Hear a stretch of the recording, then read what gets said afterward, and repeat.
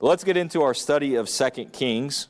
And we're looking here at the fall of the nation. Of course, this is going to begin with the fall of Israel, the northern kingdom, which we're actually going to see once we get into chapter 17. But it also deals with the fall of Judah. And today, when we're in chapter 16, we're going to be looking at Judah. Now, Judah has not fallen yet. And everything in Judah seems to be doing better than it is in the northern kingdom of Israel. But what we're going to see today in the reign of Ahaz is that really things are not that much better. That unfortunately the influence of the northern kingdom has been slowly creeping into Judah. And we've seen this a little bit with some of the previous kings already, but especially here in the reign of Ahaz, that this is about the lowest that the nation of Judah has been up to this point. And so as we start in chapter 16, let's have somebody read for us 2 Kings chapter 16, and have someone read verses 1 through 4. In the 17th year of Pekah, the son of Remaliah, Ahaz, the son of Jotham, king of Judah, began to reign. Ahaz was 20 years old. Then he became king and reigned 16 years in Jerusalem, and he did not do what was right in the sight of the Lord his God, as his father David had done. But he walked in the ways of the king of Israel. Indeed, he made his sons pass through the fire, according to the abominations of the nations whom the Lord had cast out before the children of Israel. And he sacrificed and burned incense on the high places, on the hills, and under every green tree. Verse 1, the first part of verse 2 kind of gives us that general time frame that we've seen with each of the kings so far. This is during the 17th year of Pekah, the son of Remaliah, who was king in Israel, that Ahaz, the son of Jotham, becomes king in Judah. And so that kind of gives the time frame of what's going on in both places. Then the first part of verse 2 gives us his age. Ahaz was 20 whenever he became king, and then he would reign for 16 years in Jerusalem. So he'd reign till he was about 36. And so that gives us that idea of where we are kind of chronologically, where we are time-wise. And then Jared also read for us from the end of verse 2 all the way through verse 4 about the character of his reign. You look at those verses, and was Ahaz a good or a wicked king? He was very wicked. There is no mention of anything good that Ahaz had done. Instead, we're immediately told he did not do what was right, as his father David had done. And then, of course, it goes on from there to talk about some of the specific things that he did. But the reason being, you look at the first part of verse 3. Who was it that Ahaz wanted to be like? He wanted to be like the kings of Israel. He wanted to be just like those who were leading the northern kingdom. And of course, what we've seen each time in all of those kings of the northern kingdom is that they were more and more and more and more wicked, and that each one was progressively letting the nation continue in their idolatry and false worship, and of course participating in that themselves. He wanted to be like the kings of Israel, and he even reached a point that he was doing what? He was sacrificing his children. Now, the New King James and the New American Standard right here, they put this in a way that's maybe a little more palatable, that if we're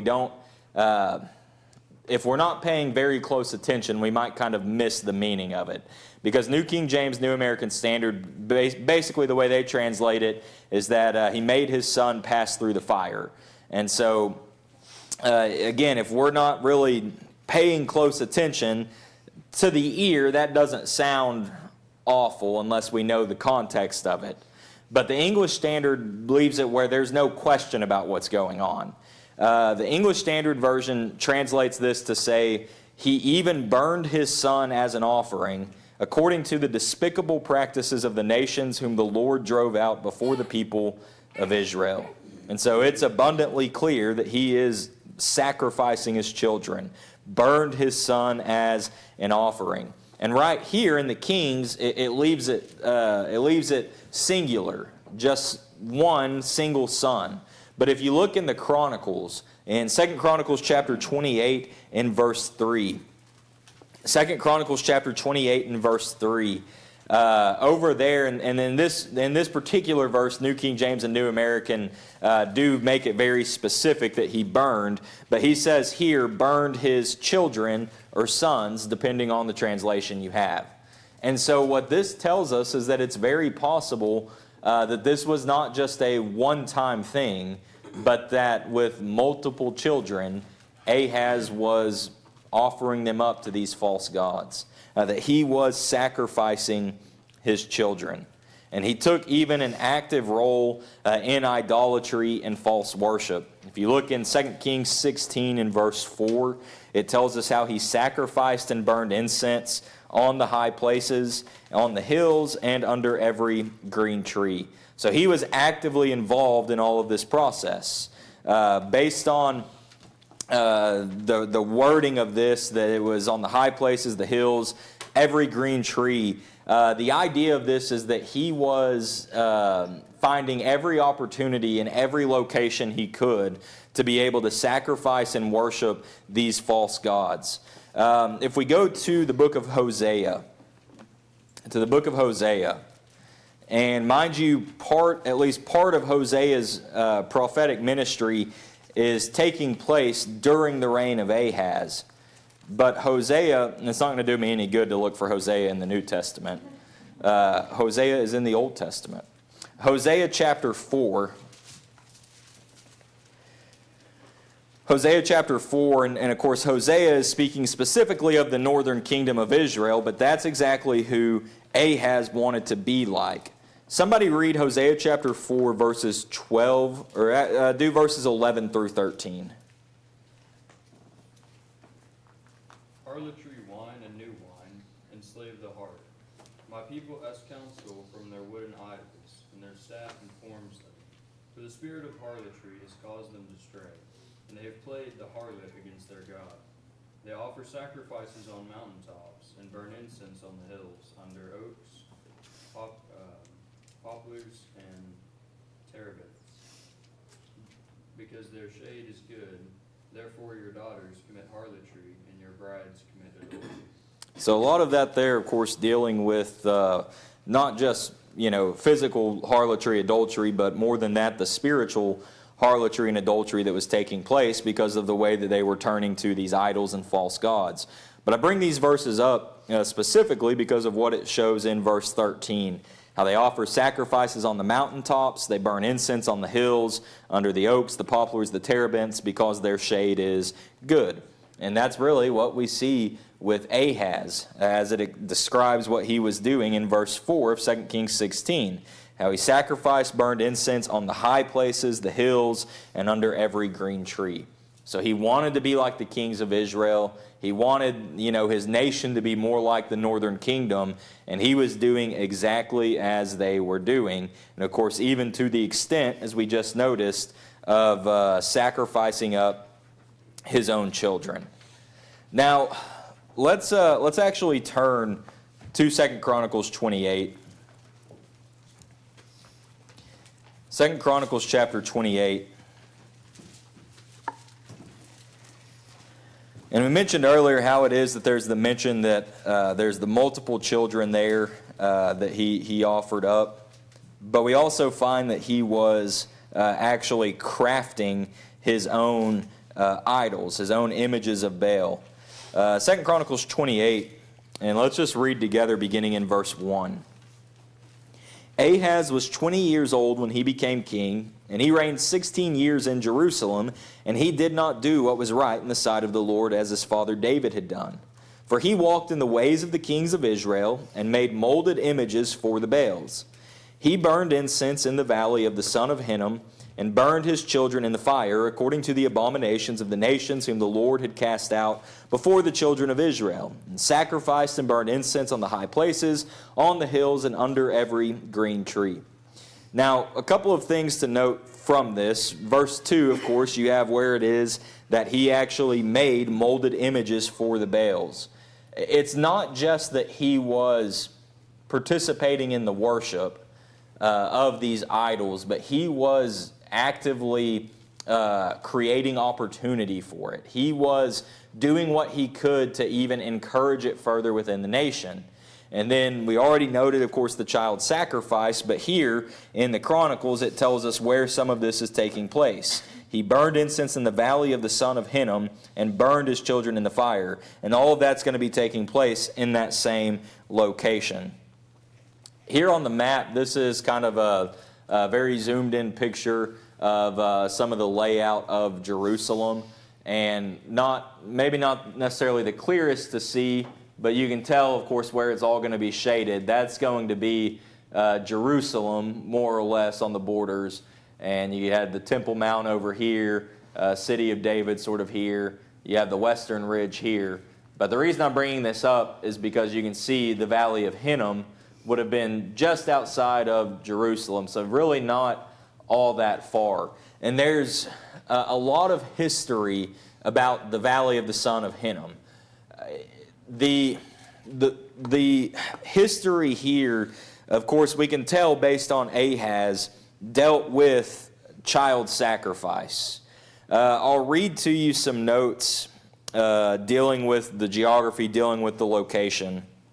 It says, at a place called Topheth in Hinnom Valley, people worshipped Baal and offered their children as burnt sacrifices to the god Molech during the reigns of Solomon, Ahaz, and Manasseh. And so the people were going here during their reigns in Judah. This caused Jeremiah to name it the Valley of Slaughter. And if you're taking notes, you can put down Jeremiah 7, 31 and 32. Jeremiah chapter 7, verses 31 and 32. As well as Jeremiah chapter 19, verses 5 and 6. Jeremiah chapter 19, verses 5 and 6. So that's Jeremiah chapter 7, verses 31 and 32, as well as Jeremiah 19, verses 5 and 6. And in both of those passages, we see where the prophet Jeremiah is actually referring to the valley of the son of Hinnom as the valley of slaughter, because of the child sacrifice that was taking place there. The notes concerning that particular location that goes on to say, the place was made into a garbage dump to desacralize it, making it unfit even for pagan worship. For centuries, constant fires burned the refuse deposited there. The fires and stench, along with the recollection of the horrors practiced there and the condemnation of those evils by God's prophets, generated the concept of Gehenna, literally the Valley of Hinnom, which is a term designated the burning torture of condemned people. Anybody know what else that particular term Gehenna, how it's translated for us in English? It's hell. So when it is in the New Testament that we see hell being named, being mentioned, being referenced, being something that Jesus would teach on many times, that was not just some abstract concept to the people, but that was actually a location just outside of the city that the people knew well, because they knew the way that that had become a trash dump. A trash dump where they just continually burned it over and over and over. Think about it times whenever it's talked about how the fire is never quenched, never-ending fire there, continually burning those things. And then you think about the terrible history, even connecting back now to Ahaz, how the people would go and actually offer up their children to be burned there in that valley. You see, the way that all of that comes about was a concept that they could very clearly understand and comprehend. Obviously, the way we recognize it today, we know that's not a place that we want to go. But when these things were being written and they're being translated and everything else, the way that that comes about is from a very real location, a very real place where they knew the horrors associated with it, and they knew that it was a place that nobody wanted to be. And so I know that's not the easiest thing to be thinking about and kind of digest this early in the morning, but I do believe it is important for us to recognize some of the history behind that, and maybe even give us a little more, or a little clearer of an idea and understanding of even how we can understand hell itself. Jared? It's kind of wild when you look at the reasoning as to why they were offering up their children, what they thought they were actually going to gain from that. And it was the idea that you would have fertile land, you would have fields producing much produce, crops, all those things. You would have prosperity. Mm-hmm. It's like it was supposed to be a great blessing through this Molech by offering up your children. Of course, it's the exact opposite. Mm-hmm. And, you know, something that God's people were taught against. It's something they were warned against. And it's like, you know, you think about it like, how could they ever come to a point where they think this is the right way to go about things? How could they ever come to a point where they think that's where a blessing's going to be found through something so horrific as that? But that's how far they've gotten. Yeah, it's a continual progression. You know, that's not a overnight thing that, you know, today I'm following God, I'm doing right, and suddenly tomorrow now I'm going to offer up my children. It doesn't work quite like that. But that continual progression and the continual influence from the outside, that those things continue to influence. And maybe we say to ourselves, well, I wouldn't do that. I would never go to that extreme. And you might be right. You yourself might not do that. You yourself might not go to that extreme. But what about the influence of you letting a little bit of the outside in on your children and on your grandchildren? Because what, you know, is maybe... you know, a little bit of compromise on your part, and maybe consciously you understand that. When your children and grandchildren see it, they don't really understand it that way. And to them, that becomes normal in a way of life. And so the little bit that you compromised on that maybe wasn't that big in your head, what then will your children or your grandchildren compromise on? And how many generations might it be until what you would never do, now your family's doing? All because you were willing to give a little bit and let the influence from the outside affect the way that you live and make your decisions. And so there's, of course, a lot that could be said on all of those things. And yeah, to Jared's point, the reason they're offering up the children is because they're thinking it's going to bring about blessings from these false gods. And yeah, so often it had to deal with the land and the ability to have great crops and everything else. But then, of course, you see what happened there in the valley. None of those things were going to be able to happen there in the valley of Hinnom because it just became a giant trash dump. And it's not an easy thing for us to think about. So we'll change gears a little bit and think about some archaeology. Maybe that's a little bit easier to think about right now.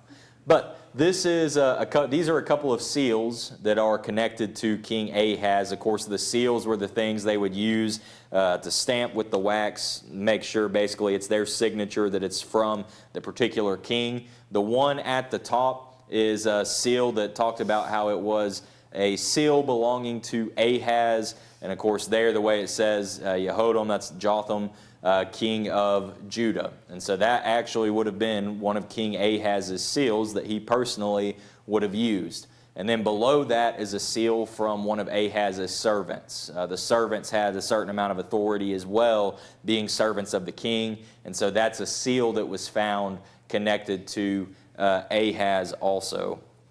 And so that's just, you know, ways that we can see even further the reality of this history, that these aren't just, you know, made up people, but these are in fact real people, that they were real kings. So that gives us the overview of Ahaz's reign.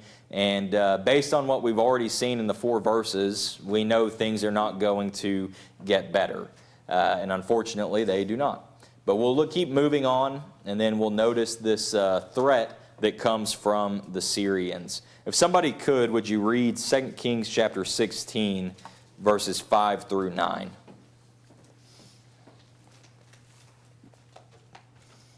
Then Rezin, king of Syria, and Pekah, the son of Remaliah, king of Israel, came up to Jerusalem to make war.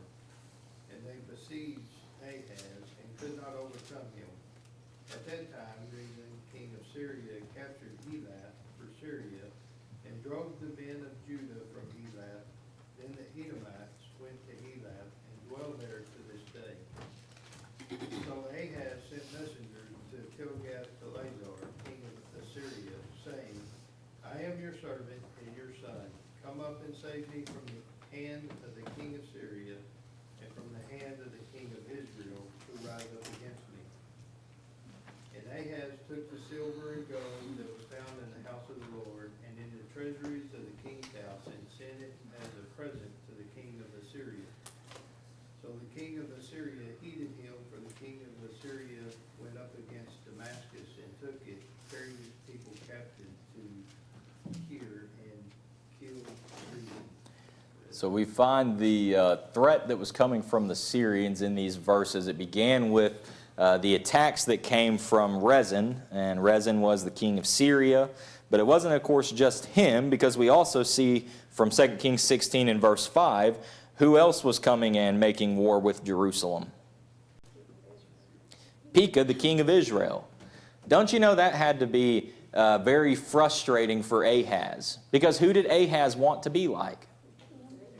He wanted to be like the king of Israel, and now his role model, his idol, if you will, put it that way, is coming in and attacking him and trying to destroy him.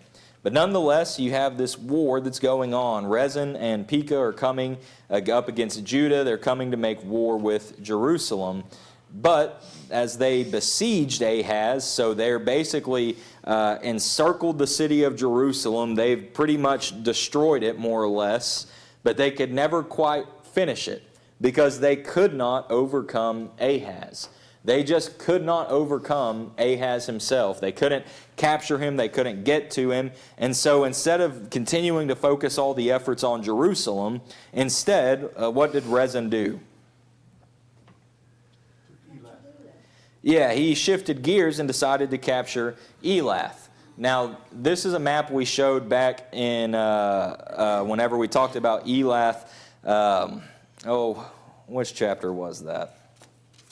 That would have been, I believe, chapter, was that 15? I think it would have been 15 whenever we talked about some of this. I thought I had it in my notes, but I do not. So, Elath was the one that was way down at the bottom and would have been an important port city, would have brought a lot of commerce and trade in. Again, small map, but you got Jerusalem up here, and Elath is down here. So Elath, at this point, had been under Judah's control, but now when Rezin shifted his gears and instead of focusing on Jerusalem, decided to go way south, now he has captured Elath for himself. And with this, that meant that Judah had just lost a lot of money. They lost an important trade city. And a lot of, unrest is going to come about because of that.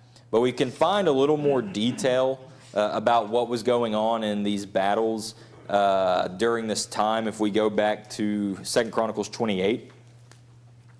2 Chronicles chapter 28. And we see a little more detail and history about some of these battles and the things going on. 2 Chronicles 28. If y'all would, let's begin reading in verse 5. Therefore the Lord his God delivered him into the hand of the king of Syria. They defeated him and carried away a great multitude of them as captives and brought them to Damascus.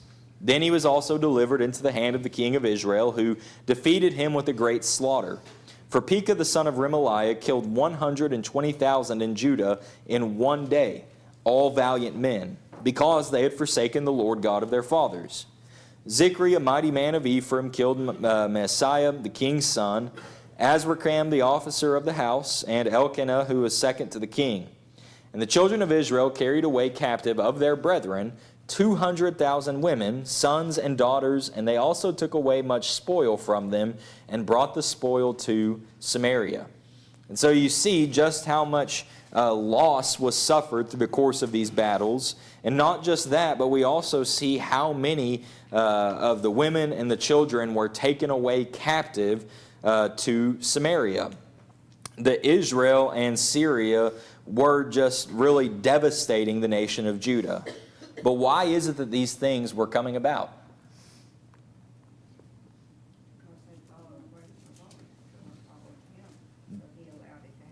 Exactly. They had fallen away from the Lord. They were not following him. And so God was bringing this upon them. He's allowing this judgment to come. You look in verse 5 that we read from 2 Chronicles 28, and who is it that delivered Ahaz into their hand? It's the Lord God. You go down again to where it was talking about all of the casualties that were suffered, and the reason being at the end of verse 6, because they had forsaken whom? The Lord God of their fathers. They had fallen away. They had turned from Him. They were disobedient, and now they're facing the consequences of those actions. God, of course, wanted them to follow them, but God was not going to force them to. The reality of our free will is that we can make the decision for ourselves, but our decisions come with consequences. And that's exactly what Judah was facing right now. They were just simply following the lead of their king, and their king was not helping the situation any. Matter of fact, you go to 2 Chronicles chapter 28. 2 Chronicles chapter 28 and verse 19. If someone has that, if you would read that for us. 2 Chronicles chapter 28 and verse 19. For the Lord brought Judah low because of Ahaz king of Israel. For he had encouraged moral decline in Judah and had been continually unfaithful to the Lord. And there's the problem. Ahaz was continuing to encourage and push the nation further and further and further and further away from God. And as a result, the people had fallen away, and they were facing the judgment for it. Yet in the midst of all of this that was going on, there is a little glimmer of hope that takes place actually in Israel. We looked a moment ago at how it was that the people of Israel, or the army of Israel, had taken away captive so many of the women and the sons and the daughters, and had carried them on to Samaria. And it's interesting if you look in 2 Chronicles chapter 28, verses 9 through 15. 2 Chronicles chapter 28, verses 9 through 15. We see where it is that there was another prophet now in Samaria. Of course, Elijah and Elisha are no more, but there were still men of God who were speaking the truth of God behind all of the moral decline and corruption that was going on. There was a prophet there by the name of Oded who would speak up and was able to change the way that they were going to treat these captive, that they were going to treat the women and the children from Judah, and actually is able to take them and have them remove them from Samaria, take them on towards Jericho.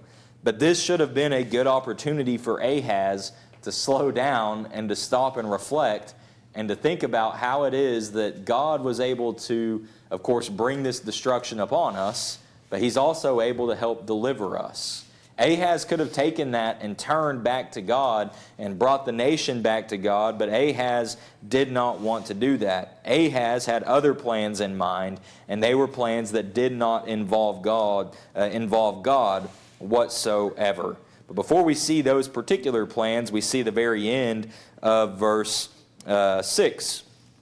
At the very end of verse 6 of 2 Kings chapter 16, after it is that Rezin had gone down and captured Elath for Syria, drove the men of Judah from there, then there's just this little sentence at the end of the verse that says, "Then the Edomites went to Elath and dwell there to this day." We've not really seen any sign or evidence of the Edomites involved in any of this, but now out of nowhere the Edomites have just kind of swooped in like vultures, and now they've claimed Elath for themselves. There may be a couple of reasons why it is that this little sentence is included right here. In part, it could be to help explain to the people who would read this history as it was there and given to them, because at the time of the recording, Edom was still in control of Elath to that particular day, to the day the history was recorded. So it could help explain to the people at that time how the Edomites ended up in Elath. But there's also the real possibility for us that this begins to help us understand some of the problems that we see when we look in the book of Obadiah. The book of Obadiah is just the little one-chapter minor prophet book that is specific to the pride of the Edomites and the way that the Edomites did not actually help the people of Judah or help the people of Israel. They did not help God's people whenever they were being destroyed and taken captive, but instead they took advantage of them. They'd go in and get the plunder, they'd sit back, watch it all happen, and then come in after the fact, and they would profit off of it. And so this can help to explain a little bit of some of that that's going to set up for what the book of Obadiah is going to be all about and the pride of the Edomites.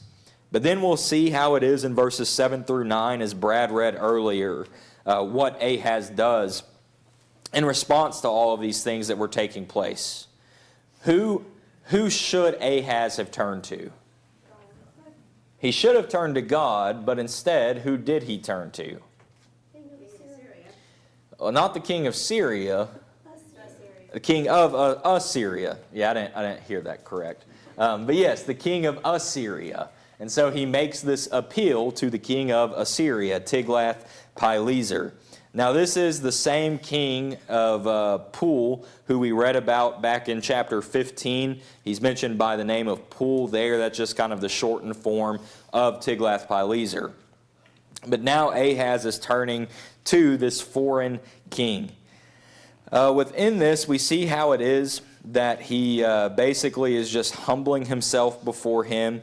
The way that he phrases these things, the very first thing that's said, this is one king to another king. I am your servant and your son. What message is that sending?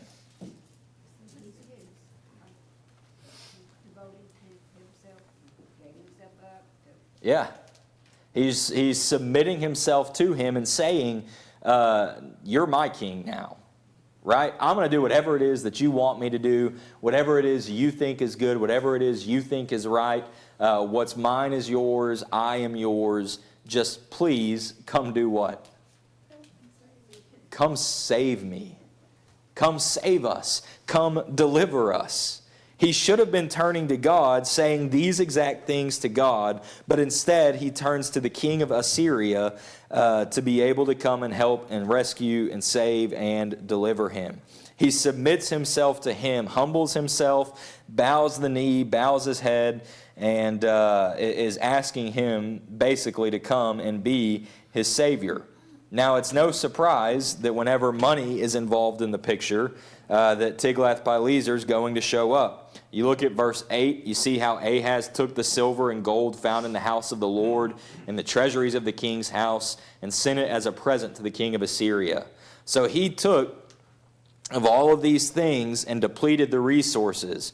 He doesn't really care that he's going to take silver and gold from the house of the Lord, because it's not like he spends a lot of time there anyway. He takes all the money from the temple, and then he takes the money from his own treasury and sends it on to the king of Assyria. So no surprise, Tiglath-Pileser is more than happy to receive the money.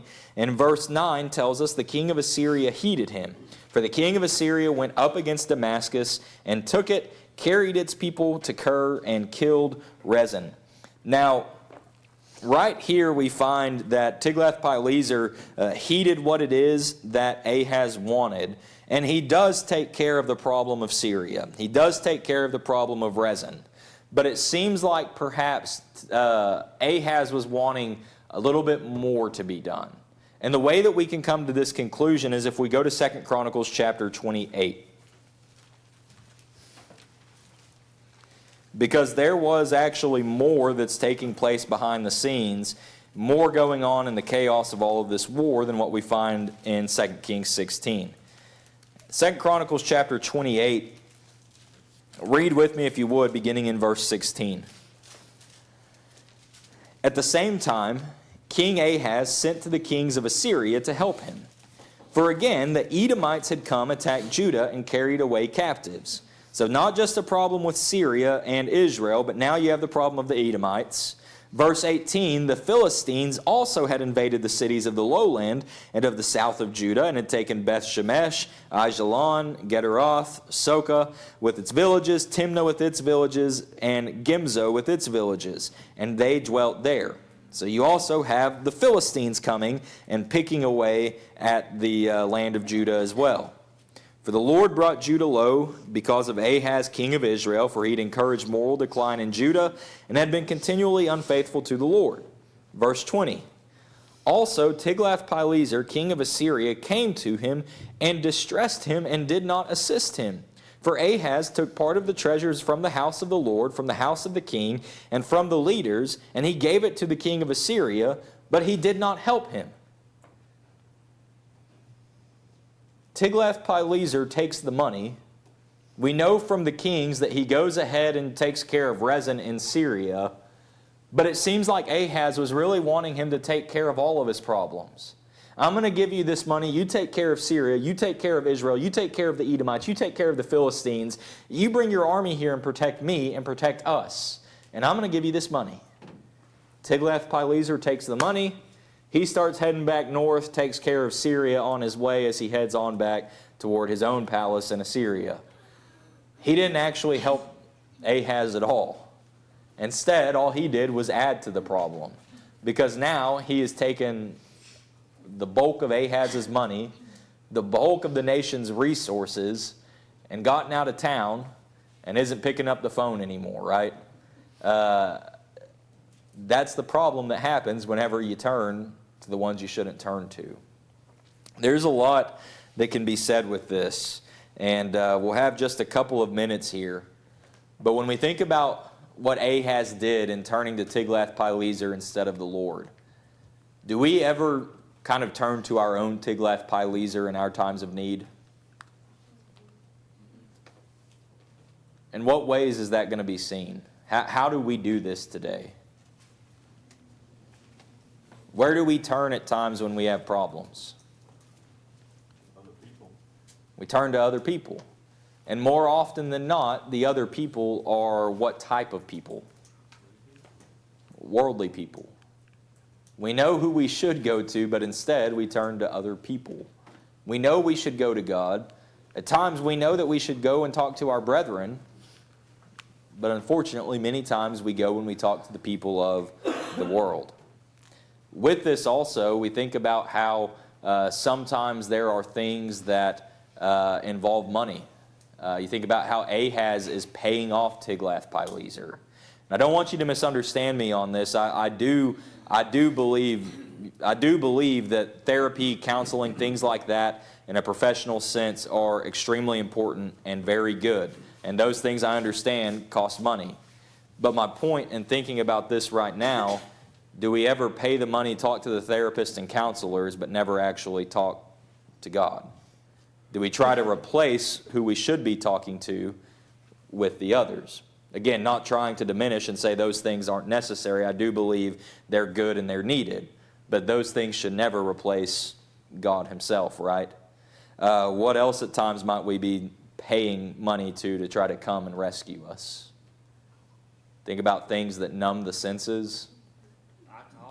You got alcohol, you got drugs, those things that you can pay money for and try to take the problem away. That's a lot of times the reason that people turn to it, right? Take the problems away. But what keeps coming back? The problems. And now you're starting to run out of money to keep turning back to it. Also, we think about, any other host of things we could consider if we had the time.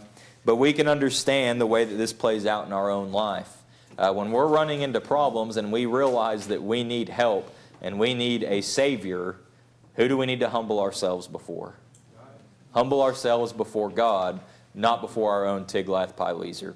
So we'll stop there for this morning, and Lord willing, next week we will pick up in verse 10.